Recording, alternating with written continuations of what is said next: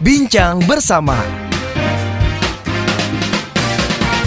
Halo Sobat Listeners, Bincang Bersama kembali hadir untuk Anda. Dan seperti biasa kita akan ajak Anda untuk belajar tentang kisah sukses ya. Amati, tiru, modifikasi adalah metode lama yang mungkin bisa Anda lakukan sampai dengan saat ini. Tapi ingat, modifikasinya yang perlu Anda lakukan. Nah, kita belajar yuk di program ini bersama dengan Mas Zenzia Sianika Iza. Beliau adalah Presiden Direktur PT Iza Integrated Consulting. Beliau juga pemerhati ekonomi bisnis dan hubungan internasional. Tepat di samping saya. Mas Zen, apa kabar? Kabar baik Mas, gimana kabarnya? Baik, sehat. Sekarang boleh tahu stay di Jakarta kah atau sometimes akan balik lagi ke Jepang? Saya lebih suka di Indonesia sih Mas. Kenapa Jadi sih? stay di Indonesia. Makanannya enak. Nggak ada Padang di Jepang itu. Oh iya. Ya ada Mas. Tapi kan ada pebisnis Indonesia juga yang bisnis kuliner di sana. Ada, tapi Padangnya masa satu piring hampir 1 juta Mas. Oh iya, semahal itu kah? Ya intinya variatif, tapi yang pasti lebih mahal daripada di Indonesia. Oke, berarti walaupun Mas Zen ini aslinya kecil di Jepang, tetap merindukan Indonesia. Ya, Alasannya selain hati dan jiwanya di Indonesia apa kira-kira? simpelnya memang self value saya itu, value saya sendiri kalau dihitung-hitung lebih tinggi di Indonesia. Kalau kita pergi ke Jepang, saya menjadi one of them.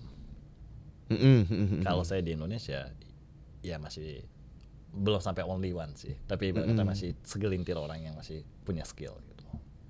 Oke, kita tutup dulu itu ya. Boleh. Karena di beberapa edisi yang lalu kita sempat disinggung tipis-tipis nih tentang keberadaan masa kecilnya Mas Zen di Jepang. Bahkan ketika TK tuh udah masukin langsung ke sekolah lokal di sana. Nah, di podcast kali ini kita akan spesifik bahas tentang sisi kehidupan dirimu, Mas. Oh, boleh. Kecilnya tuh kayak gimana sih? Boleh ceritain nggak? Kecilnya sebenarnya entah Mas percaya atau enggak. Saya Percaya tuh, kok. belum Belum ceritain. Sabar, Mas. Oke. Jadi saya tuh dulu introvert. Oh iya. Saya anak perpustakaan dulu ya. Oh, oke. Bahkan sampai detik ini juga kalau saya dikasih buku atau iPad, udah taruh aja di kamar. Yang penting ada makanan. Udah nggak bakal keluar kamar 3 hari. Masih sanggup. Jadi masa kecil saya tuh memang lebih cenderung, memang ada pengalaman ya di sana itu kan belum bisa komunikasinya Mas awal-awal. Jadi saya lebih cenderung ya mengurung diri dan belajar istilahnya kayak gitu.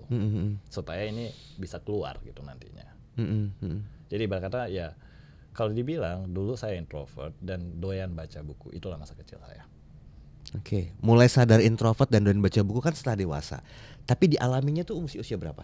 SD kah, SMP kah? Saya ngalaminnya justru di SD Mas. Oh, oke. Sebenarnya pada masa itu bahasa introvert aja belum ada Mas. Iya, betul. Iya, gedenya baru sadar oh introvert. Iya, makanya saya bilang begitu kan. Sadarnya itu pas dewasa kan. Betul. Berarti kecil udah melakukan hal itu ya? Iya, jadi saya memang punya kecenderungan kalau memang suka sama sesuatu itu saya lanjutin terus, tekun gitu.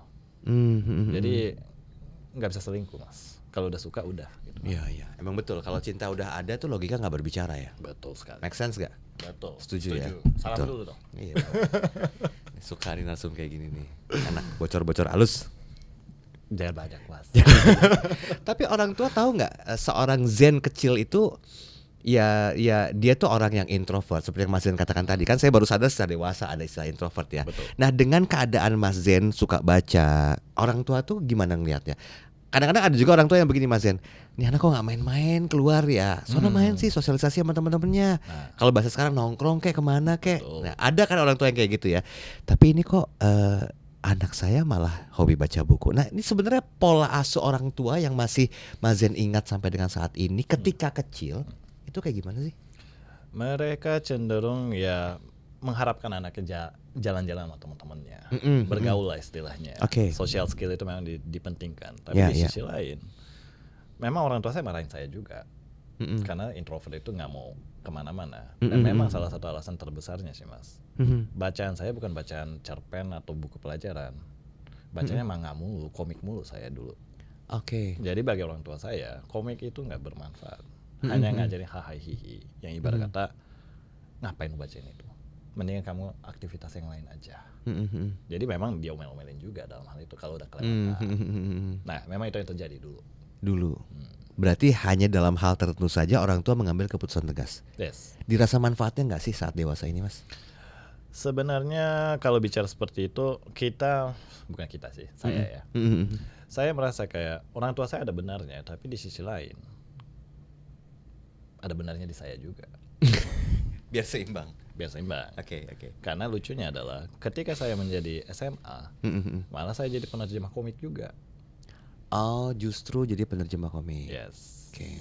Dan ibarat kata saya karena baca komik, ibarat bahasa kasual yang sering bermunculan, yang berubah-berubah terus sepanjang zaman gitu. Ya itu bisa diikutin. Ya akhirnya SMA saya menjadi penerjemah komik di balik layar gitu. In bahasa Jepang. Bahasa Jepang. Oke. Itu bagian dari passion nggak sebenarnya? Passion, betul.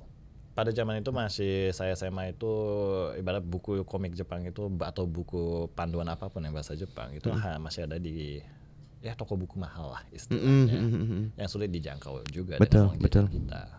Tapi kalau saya menjadi penerjemah buku itu, berarti saya bisa baca dengan gratis, Mas. Ya, dibayar begitu. lagi. Betul. Cara berpikirnya begitu ya. Betul. Ini kan berbeda gitu dengan konsep pemikiran orang. Kita tarik ke belakang lagi ya, Mas Zen ya. Mas Zen, setelah tahu minatnya seperti itu yang barusan Mas Zen sampaikan, ada nggak bentuk support atau dukungan dari orang tua sebagai peran tanggung jawab mereka gitu loh dalam mendukung kemandirian anak ke depan nanti? Dalam hal itu orang tua saya memang membiarkan saya.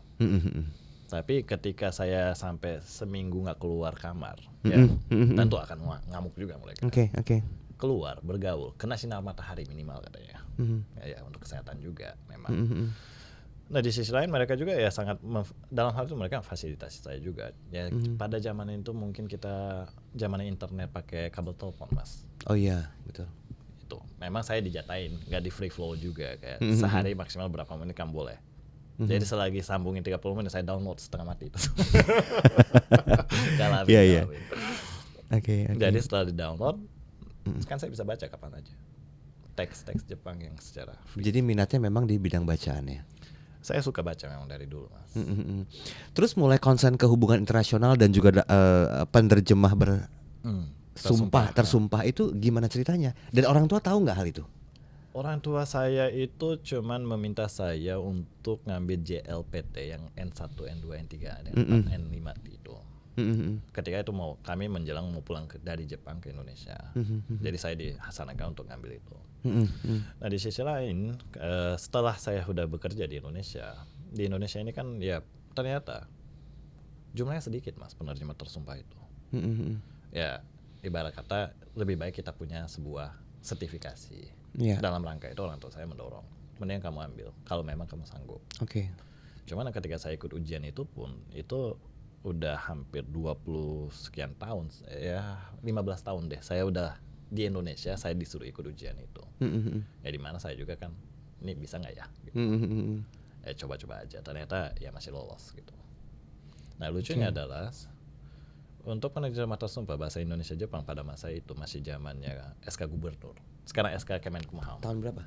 Itu 2002 ya? 2015 itu. Jadi 2015 saya lolos di Pergub di SK Gubernur ini. Pada saat itu akhirnya ternyata saya baru tahu juga belakangan. Saya lulusan termuda dalam sejarah penerjemah tersumpah bahasa Indonesia Jepang. Oke. Kayak gitu sih. Sebenarnya ya kembali lagi ketika pada masa muda itu saya nggak kebayang juga kalau saya itu berada di posisi seperti sekarang. Saat itu saya hanya berpikir ya mungkin rezeki saya jadi penerjemah. Ya sekarang saya lengkapin aja dulu deh apa yang bisa naikin value saya sebagai penerjemah. Pencarian di situ sebenarnya. Baik. Mas Zen, sorry saya harus menanyakan ini. Anda pernah nggak merasa terpuruk secara mental? Ada, Mas. Simpan dulu pertanyaan itu. Okay. Dan apa yang orang tua lakukan saat itu? Orang tua saya cenderung memberikan saya waktu dan ruang. Dalam hal ini ibarat kata lagi menggebu-gebu, percuma juga orang tua ikut campur. Dibiarkan 1-2 hari, 3 hari, udah 4 hari baru mereka ngetok, kamu ada apa, cerita. Ya karena amukannya udah selesai, marah-marah itu atau nangis-nangis itu capek, Mas, pakai energi juga kita. Betul. Nah ketika kita lemas baru mereka datang. Orang tua saya itu cenderung seperti itu. Dan Mas Zen lebih nyaman diperlakukan seperti itu oleh orang tua?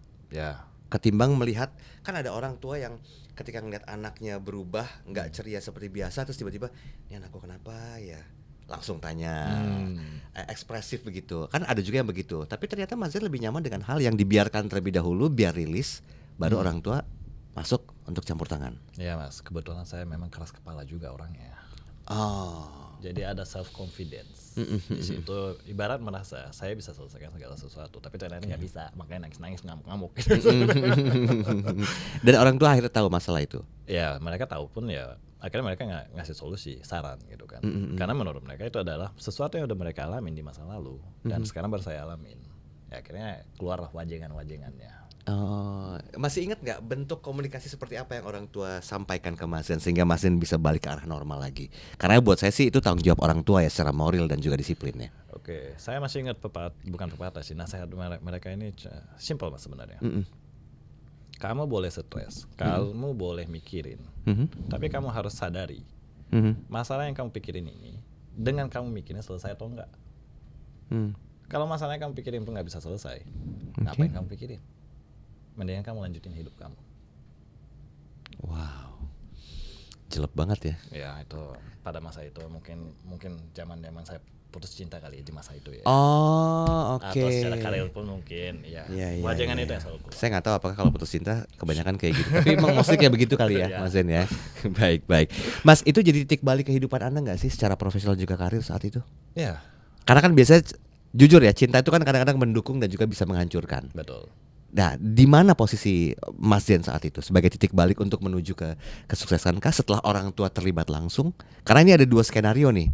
Kenapa saya tanyakan ini? Karena orang tua juga perlu tahu bagaimana anaknya dan tugasnya mensupport. Di sisi lain, kalau anaknya udah disupport nggak mau berubah juga, itu kan berarti kan anaknya yang emang batu ya istilahnya kayak gitu, sehingga dia akan menikmati dunia itu sendiri. Posisi Anda saat itu? Saya cukup batu, Mas.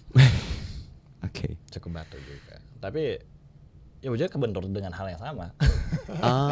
Akhirnya sadar. Jadi orang tua saya punya prinsip, dinasehatin, tapi kalau mereka nggak mau denger, ya udah biarin aja kepala kebentur. Biar ngerasain sendiri. Iya, udah rasain, udah baru mereka kembali lagi. Udah ya.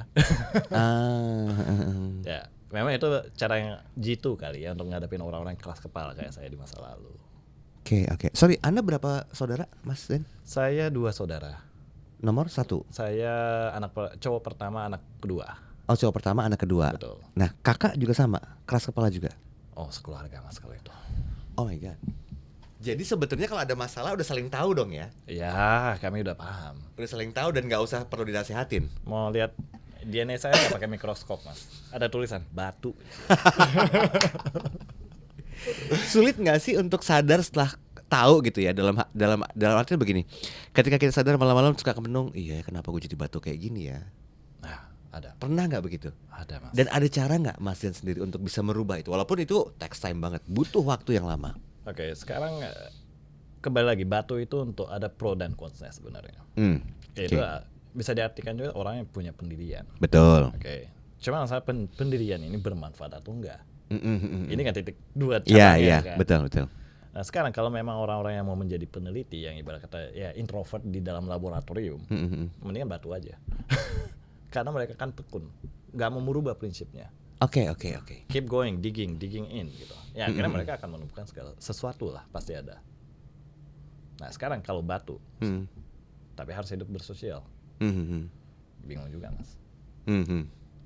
Ini menarik loh. Pesan moral yang Anda sampaikan, yang ingin Anda sampaikan apa Mas Zen dari statement terakhir tadi? Sekarang pertanyaannya adalah segala sesuatu 2 sisi, pro dan cons, termasuk batu juga. Sekarang kita hanya perlu memikirkan kita mau menuju kemana. Ya kalau memang itu prinsip itu bisa bermanfaat ya keep it going gitu. Batu juga apa-apa. Iya. Karena itu bisa menjadi, kalau semua orang lunak kepalanya Mas, dunia muter nggak? Iya, setuju. Penerapan istilah kepala batu tadi dalam sisi profesional dan juga karir berlaku nggak buat seorang Mas Zen? Berlaku.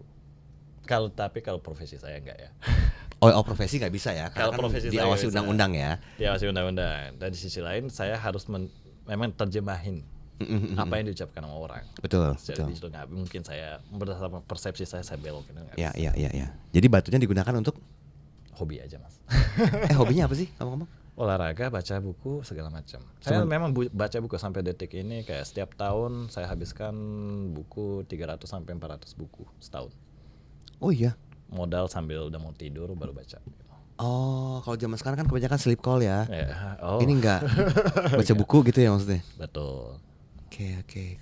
Ini akan Anda legasikan nggak sih sama putra-putri kelak? Maunya begitu mas. Karena dengan bagaimanapun sekarang ya anak-anak muda zaman sekarang kan lebih suka nonton ya. Betul. Karena kalau ibarat kata reels atau shorts seperti itu, kadang kita nggak tahu ini konten udah terfilter atau belum. Setuju. Betul. Nah sedangkan kalau tulisan itu cenderung udah terfilter. Jadi ibarat kata nggak ada yang aneh-aneh lagi. Kalau udah beli satu buku, nggak mungkin buku ibarat kata buku ilmu, nggak mungkin di tengah-tengahnya ada buku cerita hantu gitu, nggak mungkin. Jadi kita pun lebih mudah untuk menggiring pemikiran pikiran anak-anak kita. Oke. Faktanya akan berbeda Mas Zen ketika orang tua zaman dulu, orang tuanya Mas Zen gitu kan, memberikan satu pengawasan itu dengan membiarkan anaknya menemukan jalannya terlebih dahulu, baru nanti dia bertugas sebagai pengawasnya atau supervisinya. Nah sekarang kan beda anak-anaknya. Kalau didiemin malah kebablasan gitu lah. Setuju. Nah sedikit saya mau menyinggung tentang sisi internal kehidupan keluarganya Mas Zen. Apakah hal itu juga akan dilakukan Mas Zen atau Anda punya satu formula baru yang lain? Mengingat ya perkembangan zaman ya semakin masif dan pergaulan juga semakin bebas. Dalam hal ini harus kita ngerasa juga ya Mas ya. Lautan informasi itu udah terbentang di depan mata kita. Iya. Nah, sekarang informasi itu ada yang layak dan ada yang tidak layak dikonsumsi sama anak-anak seusia anak saya. Ibaratnya anak saya sekarang masih SD, ada juga yang SMP. Ya pasti ada yang layak dan tidak layak. Betul. Nah sekarang masalahnya mereka ini berenang di lautan informasi ini, mereka nggak bisa memfilter mana yang baik, mana yang buruk. Ya golden age, mereka akan serap semuanya. Berusaha curiosity itu selalu jadi kunci. Dan itu curiosity yang salah kaprah, itu bisa menghancurkan hidup mereka juga. Maka memang itu butuh pengawasan, filtering dari orang tua. Kamu cuma boleh berenang ya sepanjang 3 meter lah dari garis pantai, ibarat kata kayak gitu. Oke. Harus kita batasin. Kalau enggak memang kebanyakan orang tua zaman sekarang itu kayak udah daripada anaknya rewel dan nonton YouTube lepasin. padan kontrolnya nyalain enggak, kayak gitu mereka nggak kepikiran. Itu yang harus diperhatikan sebenarnya. Berarti secara kehidupan pribadi dan juga keluarga, nilai-nilai itu atau values itu yang ditanamkan ya, Mas Zen ya, yang juga diterapkan ya. Kalau untuk bisnis bagaimana? Saya mau nyasar ke bisnis juga deh. Nilai atau value seperti apa yang masih Anda pegang teguh sekarang? Sebenarnya kalau dunia kerja, kita bicara masalah dunia kerja. Ini kebetulan saya kan bergeraknya di bidang jasa ini. Iya. Ya konsultan maupun ya ibaratnya penerjemah. Dalam hal ini yang saya selalu pegang teguh itu masalah komitmen dalam urusan ya output, quality output, deadline, dan ibarat kata klien aja belum menyerah, jangan saya nyerah. Oke. Jadi ibarat kalau pemain jasa itu trust yang bicara. Ya sebenarnya mau profesi apa juga trust itu dibutuhkan Mas. Maka jangan ngecewain orang. Kalau memang kamu harus kecewain orang, ya jelaskan kenapa hasilnya seperti ini. Jangan tiba-tiba nggak ada angin apa-apa dan dapat kerjaan dan zong dan mapa gagal. Itu membuat sebuah kekecewaan bagi orang lain. Tapi kalau kita kasih tahu report dengan ya timing yang tepat gitu ya, Pak progres kayak begini dan ada kendala di sini lapangan kami usahakan, ada komunikasi seperti itu, walaupun gagal pun orang terima Mas. Karena Gen Z itu bukan Gen Z doang sih sebenarnya, Gen milenial juga ada. Cenderung warga kita kalau mau kena omel tuh mendingan satu kali aja, jangan berulang-ulang. Jadi mereka itu dalam proses ada yang salah pun mereka diem. Akhirnya soalnya kalau lapor di situ diomelin duluan. Iya. Itu yang agak menurut saya membuat apa ya, kita itu dari dulu kayak nggak diperbolehkan untuk salah, karena sedikit salah itu diomelin terus. Iya. Stigma itu yang kuat ya. Betul. Jadi itu mentality dari yang pengawasnya juga itu dibutuhkan, memperbolehkan anak itu salah, atau murid kamu atau pegawai atau siapapun itu yang ada di bawah itu didikan itu, kalaupun mau marah, ya marahnya yang tepat dong. Salah dikit dibentak-bentak, gebrak-gebrak meja, ya siapa yang kuat mas? Iya, iya, iya. Itu nggak dilakukan dan juga diajarkan oleh Mazen secara emosional ketika mungkin lagi marah sama pasangan. Dalam hal itu saya ya mungkin udah jam terbang juga kali ya mas, udah tua juga sebenarnya. Akhirnya sadar mas, marah itu capek. Ya kembali lagi, saya udah ngalamin capek di marah-marah. Dan saya menyadari juga, percuma juga marah, nggak selesai masalah ternyata. Betul, betul. Kalau gitu, kalau marah itu bikin capek dan itu bukan solusi, ya ngapain marah-marah bentak-bentak? Ya mendingan bicara tentang yang bermanfaat lah. Ya udah salahnya begini, sekarang kita mau ngapain supaya ini bisa benar? Lebih ke fokus ke solusinya. Mau nggak mau. Ya kalau cuma marah-marah doang ya cuma kepuasan batin yang kita dapat, yang tapi masalah tetap masih ada di situ mas. Iya, iya, iya. Buat apa marah? Oke, dan itu diterapkan di keluarga kecilnya mas Zen? Keluarga juga iya, kantor juga iya. Oh di kantor juga? Ya. Nggak keenakan mereka? Tapi ketika saya udah marah ya mereka sadar. Orang yang jarang marah udah kelihatan udah mau hampir marah, itu udah nggak usah bentak pun mereka diem mas. Iya, iya. Dan itu lebih ekstrim ya, karena Lebih ekstrim. begini, karena menurut pandangan saya, ketika seorang yang jarang marah tiba-tiba marah dan meledak, itu akan lebih mengerikan daripada ketika dia marah sering-sering. Betul, karena catatannya udah banyak mas. Kalau ibaratnya gara-gara sebuah kejadian langsung marah, atau saya udah punya catatan, ini kemarin ada salah, udah suruh benerin masih salah, masih salah lagi, akhirnya ngamuk. Jadi kamu diajak bicara pun, ya mutlak, kemarahan saya ini mutlak gitu. Mereka pun nggak bisa ngelawan. Oke. Makanya saya bilang jangan sampai bikin orang yang sabar marah. Setuju. Karena mereka udah punya catatan. Diterapkan nggak di keluarga? Anak-anak bahkan semakin besar suatu saat nanti, sama nggak konsep kedisiplinan? Saya melihat ini sebagai sebuah konsep disiplin yang masih diterapkan di perusahaan dan keluarga. Kalaupun sama, apa pembeda tipisnya yang mungkin akan dibatasi? Pembeda tipisnya memang kalau anak saya sendiri itu mungkin masih kecil ya. Ya terus terang ya, treatmentnya akan berbeda dengan orang-orang dewasa dari perusahaan. Tapi pada prinsipnya saya sih masih memperbolehkan anak-anak saya maupun pegawai saya untuk melakukan kekeliruan selama itu mereka udah lapor terdahulu. Contoh kasusnya gimana? Di bisnis nih ya? Di bisnis ya. Misalnya mereka mau ngirim sebuah email, attachmentnya salah. Mereka sebenarnya udah ada yang paling update, malah ngirimnya yang sebelum revisi. Dan ini baru ketahuan setelah 1 bulan kemudian progres sudah berjalan. Oke. Kalau mas bakal ngomong nggak ke bosnya, Pak sebenarnya kemana ada salah kayak gini dan kita sudah harusnya begini. Kalau udah lama sih enggak ya, kali dianggap udah lupa mungkin ya. Ya, tapi kan dia pas sudah 1 bulan kemudian nyadar itu ada kekeliruan, harusnya begini malah ternyata miring dikit. Ngomong nggak? Better sih ngomongnya. Better ngomong memang. Iya. Nah itu yang harus, ya ibarat kata proses itu butuh. Dan nggak mungkin orang tuh nggak bikin salah. Justru anak-anak yang kecil yang lebih muda itu harus bikin salah menurut saya. Ini jangan disalahartikan ya. Jadi kalau ya kalau seperti nonton ini jangan separuh-separuh gitu. Nanti bilang wah kata narasumber smart harus bikin salah, enggak juga gitu. Makanya nontonnya harus penuh. Lanjut dulu. Jadi kalau bikin kesalahan di masa muda itu masih bisa diperbaiki mas. Ada kesempatan. Ibarat kata di umur kita SMP, SMA atau masih baru lulus, kita nanya tentang pekerjaan dan profesi ke orang yang lebih profesional dan yang lebih tua. Itu ya ibarat kata pertanyaannya salah pun masih dimaafin. Dari situ dulu gitu caranya. Nah sekarang kalau orang udah 40 sekian nanya tentang sebuah profesi, contoh aja ini ya, dan pertanyaan masih salah, malu-maluin nggak? Iya dong. Ya tapi kalau mereka udah pernah salah di masa mudanya dengan pertanyaan yang sama, ya gedenya bakal salah. Iya akan jadi pelajaran ya. Iya, itu yang harus diberikan kesempatan untuk salah menurut saya itu. Tapi ya bukan yang salah yang aneh-aneh juga. Iya betul. Salah yang masih bisa ditolerir ya. Betul. Karena kekurang ngertian dari sebuah pemahaman. Mas, 5 tahun ke depan atau mungkin 10 tahun ke depan, apa ya legasi yang masih Anda pertahankan khususnya di bisnis dan juga di keluarga? Dalam hal ini kembali lagi saya masih berpegang teguh tentang komitmen. Nah itu yang paling susah ditepatin sebenarnya mas. Komitmen banyak jenisnya. Janji kecil terhadap anak mau kemana atau mereka janjian mau apa segala macam. Kalau kamu bisa ini ya kami kasih hadiah. Itu kan banyak komitmen. Di hubungan kerja pun ya komitmen itu ada. Sekarang kalau kita mau bekerja maupun berhubungan sosial, hubungan rumah tangga maupun apapun, itu kan kembali lagi trust. Trust itu dibangun melalui apa?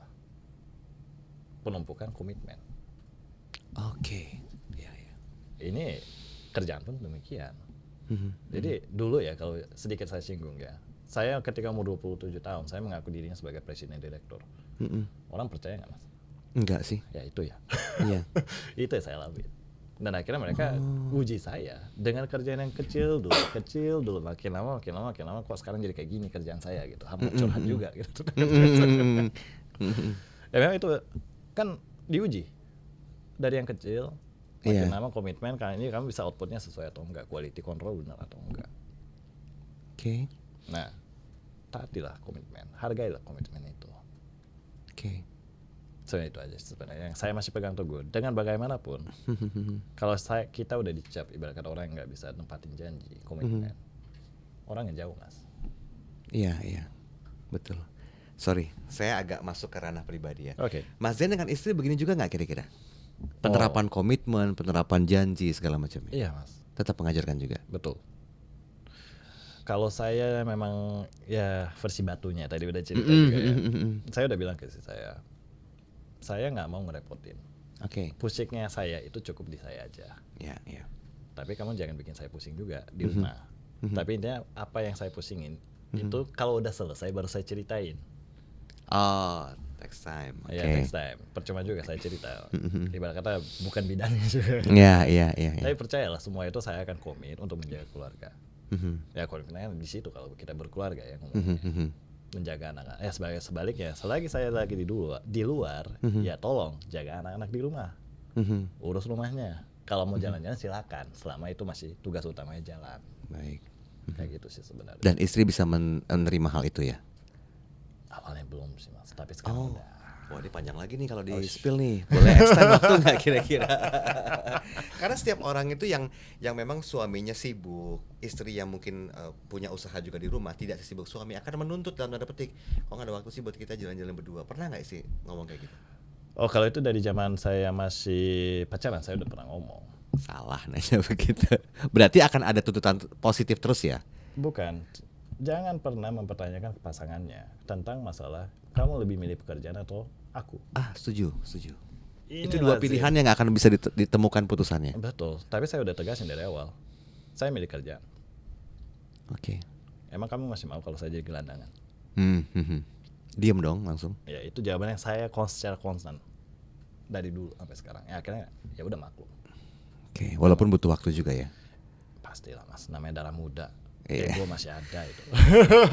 Nggak usah dipotongnya ini ya. Oke Mas Zen, kita udah tinggal hitungan menit. Saya yakin banyak sekali hal yang perlu disampaikan karena terbatasnya waktu. Boleh nggak kita bikin ini simpel dari pembelajaran kehidupan Mas Zen? Walaupun nanti masih panjang sekitar 10-20 tahun ke depan lagi atau bahkan mungkin lebih. Apa yang perlu disampaikan kepada smart listeners bahwa hidup itu sebenarnya bisa dinikmati kok. Bisa selaras antara jalanin bisnis, jalanin mid time kita sendiri, ngurusin keluarga, tapi berpedoman pada komitmen tadi. Nah, apa yang mau Mas sampaikan dalam bahasa Indonesia dan nanti saya minta dalam bahasa Jepang ya. Waduh. Thank you. Bahasa Indonesia dulu. Oke.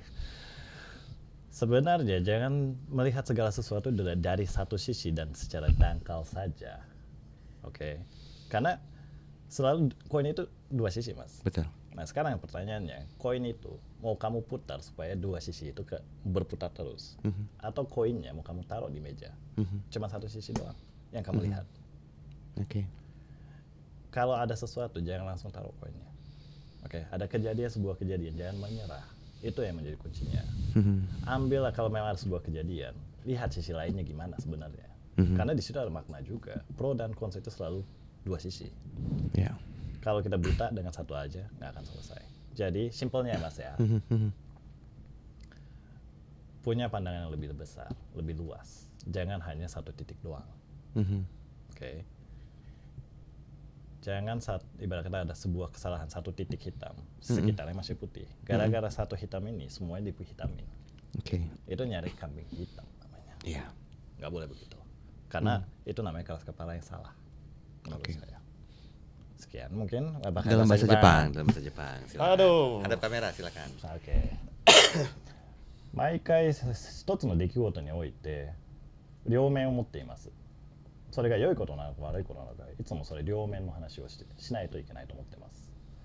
さて、そのコインに例えると、コインを置いた時にそれを回して両面が見えるようにするのか、それとももうギブアップしてそのコインをテーブルの上に置いて一面しか見ないという方向に進むのか、それはもう皆さんのオプション、簡単に選べる権利だと思います。